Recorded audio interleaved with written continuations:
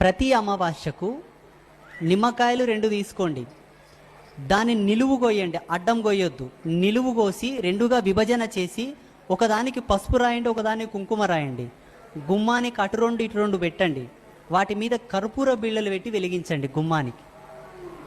దీనివల్ల ఏమైతే తెలుసా, మీ ఇంటి పక్కలోళ్ళో, ఇంటి ముందలోళ్ళో, ఇంటి ఎంకెల్లో ఏమన్నా తీసుకొచ్చి వాళ్ళ మీద దిగదూడ్చుకొని తీసుకొచ్చి మీ మాల మీద పడేసినా, ఏమన్నా మంతరించుకొచ్చి బియ్యం గింజల్లో నీళ్ళలో పసుపు కుంకుమ తెచ్చి మీ ఇండ్ల మీద జల్లినా, ఈ విధంగా చేస్తే మీ ఇంటికున్న తొక్కుడ దోషం అంతా పోతుంది, మీ ఇంటి మీద నెగిటివ్ ఆరా అంతా పోతుంది. ఇలా ప్రతి అమావాస్యకు చేయాలి.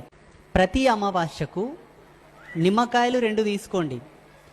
దాన్ని నిలువు కోయండి, అడ్డం కోయొద్దు.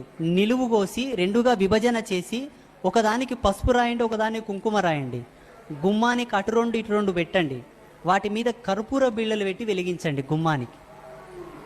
దీనివల్ల ఏమైతే తెలుసా, మీ ఇంటి పక్కలోళ్ళో, ఇంటి ముందలోళ్ళో, ఇంటి ఎంకెల్లో ఏమన్నా తీసుకొచ్చి వాళ్ళ మీద దిగదూడ్చుకొని తీసుకొచ్చి మీ మాల మీద పడేసినా, ఏమన్నా మంతరించుకొచ్చి బియ్యం గింజల్లో నీళ్ళలో పసుపు కుంకుమ తెచ్చి మీ ఇండ్ల మీద జల్లినా, ఈ విధంగా చేస్తే మీ ఇంటికున్న తొక్కుడ దోషం అంతా పోతుంది, మీ ఇంటి మీద నెగిటివ్ ఆరా అంతా పోతుంది. ఇలా ప్రతి అమావాస్యకు చేయాలి. ప్రతి అమావాస్యకు నిమ్మకాయలు 2 తీసుకోండి. దాన్ని నిలువు కోయండి, అడ్డం కోయొద్దు. నిలువు కోసి 2గా విభజన చేసి ఒకదానికి పసుపు